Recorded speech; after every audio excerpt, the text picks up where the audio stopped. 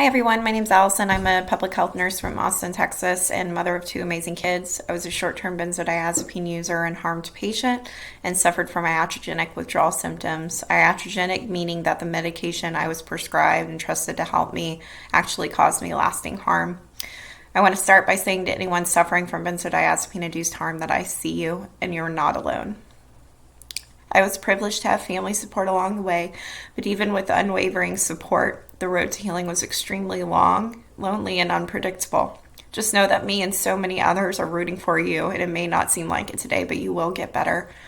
It's definitely 2 steps forward and 1 step back. And so my story, in March 2019, I was prescribed Ativan 0.5 milligrams to take as needed every 8 hours. I was prescribed it in the ER. I was in the ER for an acute flu-like illness. I was told to take the medication to put out the fire for some chest palpitations and shortness of breath symptoms I was having. I began to notice pretty quickly after I was taking the medication that towards the end of that 8-hour window, I would have increased anxiety, agitation, and kind of feelings of terror. And I took the medication to take care of that, but I noticed that the symptoms were getting worse over the week of me taking this medication. I went into my doctor. They reassured me that I couldn't be having adverse effects from the medication because I was taking it for such a short time, and encouraged me to take it because it needed to get me out of this anxious loop.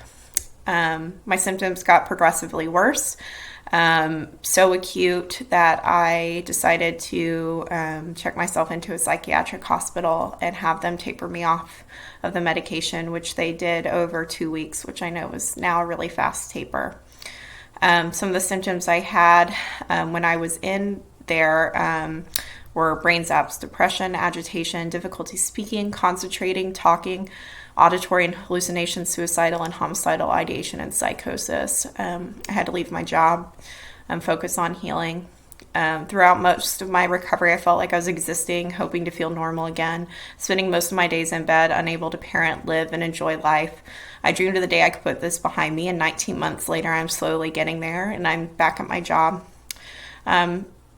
I am so grateful for the work of the Benzodiazepine Information Coalition and other patient survivors working to raise awareness of the effects of benzodiazepine-induced harm.